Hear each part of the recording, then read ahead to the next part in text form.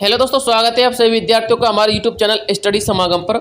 देखिए साथियों, आज के इस वीडियो में हम चर्चा करने वाले हैं राजस्थान चिकित्सा विभाग भर्ती 2023 के विषय में। जैसा कि साथियों आप सभी विद्यार्थियों को पता ही है, हमारे चिकित्सा विभाग से सीपू के लिए बड़ी मुश्किल से दिशा निर्देश मिले थे कि आप लोग जो वैकेंसी है इस वैकेंसी के प्रक्रम को आगे बढ़ाइए, यानी कि इस वैकेंसी को सुचारू रूप से जारी रखिए। जब साथियों सुचारू रूप से जारी रखने के हमारे सीपू के पास दिशा निर्देश आए थे, तो सीपू ने आप लोग की भर्ती प्रक्रिया को कंप्लीट करने के लिए अपनी प्रक्रिया को आगे बढ़ा दिया, ठीक है ना। यानी कि आप लोग की जो बकाया प्रक्रिया रह चुकी है, आप लोगों की जो बकाया प्रोसेस बाकी है, उस प्रोसेस को दोस्तों हमारा ये सीपू इस आचार संहिता के दौरान कंप्लीट करने में लगा हुआ है। लेकिन साथियों एक और समस्या पैदा हो गई है हाईकोर्ट की। किसकी? हाईकोर्ट की। दोस्तों हाईकोर्ट का आप लोग की वैकेंसी के संबंध में स्टे ऑर्डर आ चुका है, यानी कि हाईकोर्ट ने आप लोग की वैकेंसी पर क्या लगा दी है? रोक लगा दी है। लेकिन साथियों हाईकोर्ट ने जो रोक लगाई है वो 8 कैडर की भर्ती पर लगाई है, फिर 1 कैडर की भर्ती पर लगाई है, या फिर 2 की भर्ती पर लगाई है। तो देखिए साथियों, हमारे हाईकोर्ट ने मात्र नर्सिंग ऑफिसर की भर्ती पर रोक लगाई है। लेकिन साथियों सवाल ये पैदा होता है कि नर्सिंग ऑफिसर की भर्ती पर रोक लगने की वजह से जो हमारे 7 कैडर हैं, क्या उन पर भी इसका प्रभाव देखने को मिल सकता है? तो देखिए साथियों, नर्सिंग ऑफिसर की भर्ती पर रोक लगने की वजह से हमारे 7 कैडर पर प्रभाव तो देखने को नहीं मिलेगा। लेकिन साथियों जिस प्रकार से हमारी नर्सिंग ऑफिसर की भर्ती में ये मामला चल रहा था, उसी प्रकार से दोस्तों हमारे अन्य 7 कैडरों की भर्ती में भी मामला चल रहा है। फर्क बस साथियों इतना है कि हमारे नर्सिंग ऑफिसर की भर्ती पर स्टे ऑर्डर आ चुका है और जो हमारे अन्य 7 कैडर है उनकी भर्तियों पर स्टे ऑर्डर नहीं आया, ठीक है ना। हालांकि साथियों हमारे अन्य 7 कैडरों के लिए हमारे हाईकोर्ट ने चिकित्सा विभाग से जवाब भी मांगा है, और नर्सिंग ऑफिसर की भर्ती के संबंध में भी हमारे चिकित्सा विभाग से हाईकोर्ट ने क्या मांगा है? जवाब मांगा है। देखिए साथियों, आज के इस वीडियो में मैं आपको नर्सिंग ऑफिसर की भर्ती के मामले को भी बताऊंगा और जो हमारे अन्य 7 कैडर है उनकी भर्ती के मामले को भी बताऊंगा। हालांकि थोड़ा सा वीडियो लंबा हो सकता है, इसको एडजस्ट कर लेना। और इसके अलावा साथियों आप लोगों की नियुक्ति पर क्या प्रभाव जो है देखने को मिल सकता है, क्या इस वैकेंसी को रद्द किया जा सकता है या फिर इस वैकेंसी को रद्द नहीं किया जा सकता है, पूरा मामला भी मैं आपको समझाऊंगा। देखिए साथियों, मैं आपको एक उदाहरण भी दूंगा दोस्तों। उदाहरण मैं आपको हाईकोर्ट एलडीसी का दूंगा। और दोस्तों आप लोगों के दिमाग में एक क्वेश्चन भी चल रहा होगा, मैंने आप लोगों के लिए कीवेट याचिका को लेकर एक वीडियो बनाया था दोस्तों। मैंने आपको उसमें बताया था कि कीवेट याचिका दायर करने के बाद हमारी इस वैकेंसी पर जब कोई कैंडिडेट या फिर जब कोई अभ्यर्थी इस पर स्टे ऑर्डर दायर करता है, तो हमारी इस वैकेंसी पर स्टे ऑर्डर नहीं लग सकता, यानी कि भर्ती प्रक्रिया को नहीं रोका जा सकता। तो अब आप लोगों के दिमाग में ये सवाल पैदा हो रहा होगा कि जब कीवेट याचिका लगा दी थी तो इस भर्ती प्रक्रिया पर रोक क्यों लग गई? दोस्तों इस सवाल का भी मैं आपको जवाब दूंगा। आप लोग बस चिंता ना, आप लोग बस इस वीडियो को बिना स्किप किए एंड तक देखिएगा और एक एक स्टेप को समझिएगा, ठीक है ना। तो पहले तो साथियों मैं आपको नर्सिंग ऑफिसर की भर्ती का मामला बता देता हूं। यहाँ पर आप लोग पढ़ सकते हैं, नर्सिंग भर्ती जो है 2023 पर कोर्ट ने रोक लगाते हुए नोटिस जारी किया है और विभाग से क्या मांगा है? जवाब मांगा है। देखिए साथियों, यदि आप लोग इसको पढ़ना चाहते हो तो पढ़ लेना, मैंने इसको पूरा अच्छी तरीके से रीड कर रखा है। देखिए साथियों, इसमें एक हमारे अभ्यर्थी है जिनका नाम है जितेंद्र चंगाड़ी जी। जितेंद्र चंगाड़ी जी की याचिका पर जो हमारे अरुण बंसाली जी की एकल पीठ थी, उसने दोस्तों इस वैकेंसी पर क्या लगा दिया? रोक लगा दिया है। देखिए साथियों मामला क्या था, मामला मैं आपको बता देता हूं।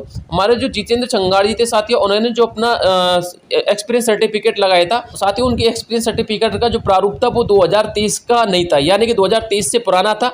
लेकिन साथियों हमारी इस वैकेंसी में 2023 का जो प्रारूप मांगा गया था, उन्होंने साथियों 2023 से पहले का लगा दिया था, जिसकी वजह से उनको बोनस अंक नहीं दिए गए थे। साथियों बोनस अंक ना दिए जाने की वजह से उन्होंने इस पर क्या लगा दिया था? स्टे ऑर्डर लगा दिया था। और वैकेंसी पर स्टे ऑर्डर लगने की वजह से साथियों इस वैकेंसी की नियुक्ति प्रक्रिया पर भी अवरोध उत्पन्न हो चुका है। यानी कि यदि मैं आपको एक शब्द में कहना चाहूं तो दोस्तों हमारे जितेंद्र चंगाड़ी जी ने इस बात पर स्टे ऑर्डर लगवाया है कि उनके लिए बोनस अंक नहीं दिए गए हैं, उनका जो एक्सपीरियंस सर्टिफिकेट था उसको वैलिड नहीं माना गया है, ठीक है ना, यानी कि उसको अनवैलिड माना गया है, जिसकी वजह से साथियों उन्होंने हमारे हाईकोर्ट का सहारा लेते हुए इस भर्ती पर क्या लगवा दिया? स्टे लगवा दिया है। लेकिन साथियों देखिए, इस भर्ती पर स्टे तो लगवा दिया और हाईकोर्ट ने उससे जवाब भी मांगा है। तो आपको मैं बताना चाहूंगा, हाईकोर्ट ने इससे जवाब तो मांगा है, और जो हमारा चिकित्सा विभाग यदि इसके लिए एक वैलिड जवाब दे देता है, ठीक है ना, तो दोस्तों हाईकोर्ट के द्वारा लगाई गई स्टे को क्या कर दिया जा सकता है? हटा दिया जा सकता है। पहली बात समझ लीजिएगा, ठीक है। इसके अलावा साथियों यदि मान के चलिए चिकित्सा विभाग ने इसके लिए एक वैलिड रीजन नहीं दिया और ये हाईकोर्ट ने जो स्टे ऑर्डर लगाया है एक वैलिड रीजन के थ्रू लगाया है, यानी कि हाईकोर्ट का स्टे ऑर्डर सही मायनों में लगा है और जो हमारा चिकित्सा विभाग है उसने कोई गलती की है, तो दोस्तों इसके दौरान भी आप लोगों की वैकेंसी पर स्टे ऑर्डर नहीं रहेगा। आप इस बात को समझ लीजिएगा, ठीक है ना। स्टे ऑर्डर दोस्तों छड़क लगाया जाता है, समझने की कोशिश कीजिएगा। जब आप लोग की कीवेट याचिका दायर होती है ना, तो दोस्तों इसमें स्टे ऑर्डर छड़क लगाया जाता है, यानी कि आप लोग की भर्ती प्रक्रिया पर कुछ समय के लिए ही स्टे लगाया जाता है। उसके बाद दोस्तों आप लोग के स्टे ऑर्डर को हटा दिया जाता है। अब साथियों जब स्टे ऑर्डर हटता है ना, तो उसका एक प्रोसीजर होता है। देखिए साथियों, जैसे कि दिनेश चंगाड़ी जी ने इस पर स्टे ऑर्डर लगवाया है। अब साथियों मान के चलिए दिनेश चंगाड़ी जी का जो वाक्य है वो एकदम सही है, है, यानी कि दिनेश चंगाड़ी जी का जो केस है वो एकदम सही है। तो दोस्तों इसके लिए जो हमारा चिकित्सा विभाग है ना वो क्या करता है, हमारा चिकित्सा विभाग स्टे ऑर्डर को हटवाते हुए हमारे हाईकोर्ट से ये रिक्वेस्ट करेगा, क्या करेगा कि जो दिनेश चंगाड़ी जी की एक सीट है ना हम उसको वैकेंट रख के रखेंगे। जब इनका ये केस पूरा फाइनल हो जाएगा तो हम उनकी सीट को, जो वैकेंट सीट हमने रखी है, हमारे इस दिनेश चंगाड़ी जी के लिए दे देंगे। तब तक के लिए आप हमारे स्टे ऑर्डर को हटा सकते हो। और दोस्तों ऐसा ही होता है, सारी की सारी वैकेंसियों में ऐसा होता है। मैंने जब हाईकोर्ट एलडीसी के कैंडिडेट्स के साथ केस लड़ा था तो साथियों हमने भी हाईकोर्ट एलडीसी की वैकेंसी पे केस लड़ा था, ठीक है ना। तो दोस्तों उस पर भी हमने स्टे लगवा दिया था। लेकिन साथियों जो हमारी 8 से लेकर के 10 सीट बकाया थी, यानी कि 8 से लेकर के 10 कैंडिडेट ने जब जो केस लड़ा था तो स्टे ऑर्डर तो लगवा दिया था, लेकिन साथियों स्टे ऑर्डर को बाद में हटा दिया था। और जो 8 से लेकर के 10 सीट थी उनको रिजर्व कर दिया था, यानी कि उनकी सीटों को वैकेंट रखा गया था। जब उनका केस फाइनल हो गया था तो दोस्तों 8 से लेकर के 10 सीटों पर उनके लिए नियुक्ति दे दी गई थी, ठीक है ना। यानी कि आप लोगों की नियुक्ति प्रक्रिया को सड़क रूप से रोका गया है। आप लोग चिंतित ना होइएगा। यदि आप लोग ऐसा मत समझिएगा कि आचार संहिता के बाद भी हम लोगों की स्टे ऑर्डर रहेगा, अब ये भर्ती कोर्ट में चली गई है, इसका कुछ होने वाला नहीं है, तो ऐसा बिल्कुल होने वाला नहीं है, ठीक है ना। आप लोगों की भर्ती प्रक्रिया रहेगी। और वैसे भी नवंबर में यानी कि 4 नंबर को आप लोगों की सुनवाई होने वाली है जितेंद्र चंगाड़ी जी की। तो उस समय दोस्तों आप लोगों का क्लियरिफिकेशन हो जाएगा कि क्या हो रहा है क्या नहीं होना है, ठीक है ना। तो 4 नंबर तक आप लोग वेट कर लीजिएगा। और वैसे भी साथियों आचार संहिता में आप लोगों की नियुक्ति नहीं हो रही, आप लोगों को पता है। नियुक्ति के लिए परमिशन मांगी नहीं, वैकेंसी को सुचारू रूप से जारी रखने के लिए परमिशन मांगी गई है।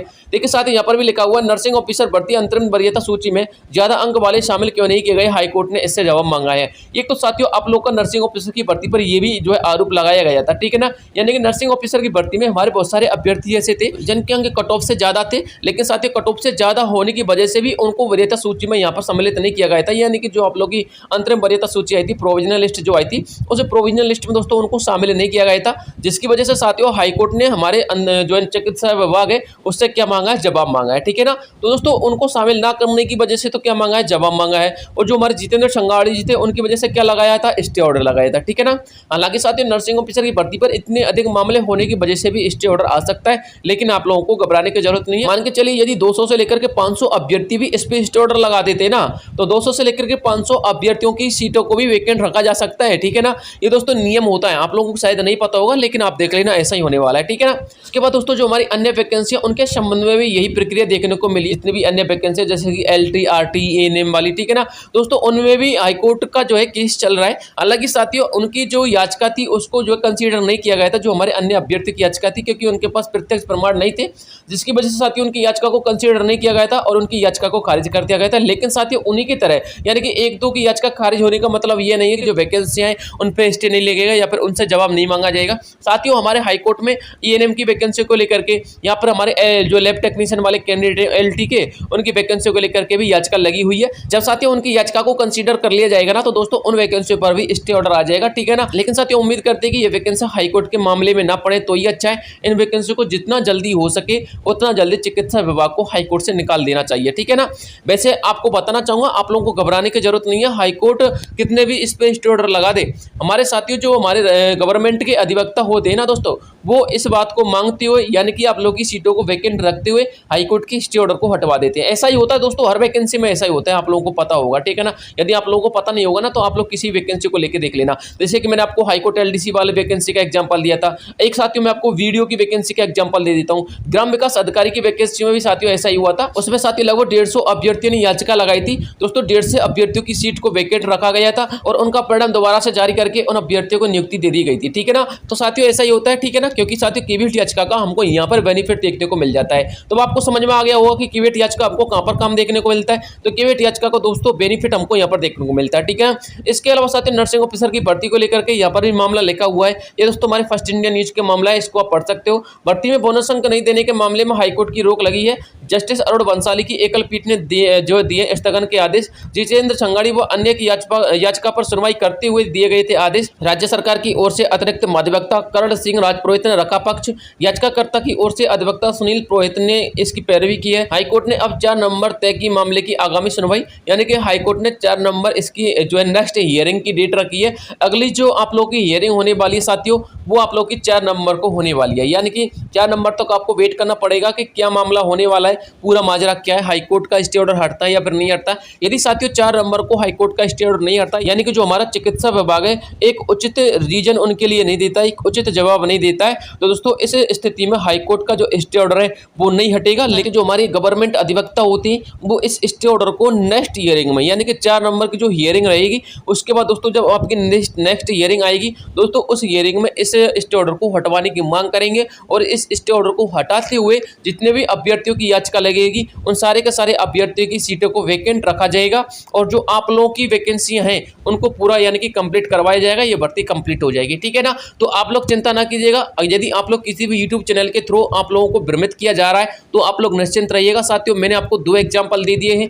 एक तो हाईकोर्ट LDC वाला दे दिया है, एक वीडियो वाला दे दिया। ठीक है ना, देखिए साथियों इसके अलावा मैं हमारे हाईकोर्ट के संबंध में बहुत सारे जो है मामलों को लेकर के जुड़ा रहता हूं और साथियों हाईकोर्ट LDC वाले जो केस को तो मैंने खुद ने पर्सनली हैंडल किया था, उसमें मेरा भी केस सम्मिलित था। ठीक है ना, इसलिए साथियों मैं आपको बताना चाहूंगा आप लोग चिंतित ना होइएगा, आप लोग बस निश्चिंत रहिएगा। आप लोगों का जर्निंग होकर रहेगा, आचार संहिता हटने के बाद आप लोग का जर्निंग रहेगा, इस बात को भी मैं आपको बता देता हूं। ठीक है, तो साथियों ये पूरा का पूरा मामला था। यदि इसके अलावा कोई अपडेट आती है तो मैं आपको तुरंत वीडियो प्रोवाइड करवा दूंगा। आज के लिए साथियों इतना ही काफी, मिलता हूं आपसे नेक्स्ट वीडियो में, तब तक के लिए जय हिंद जय भारत।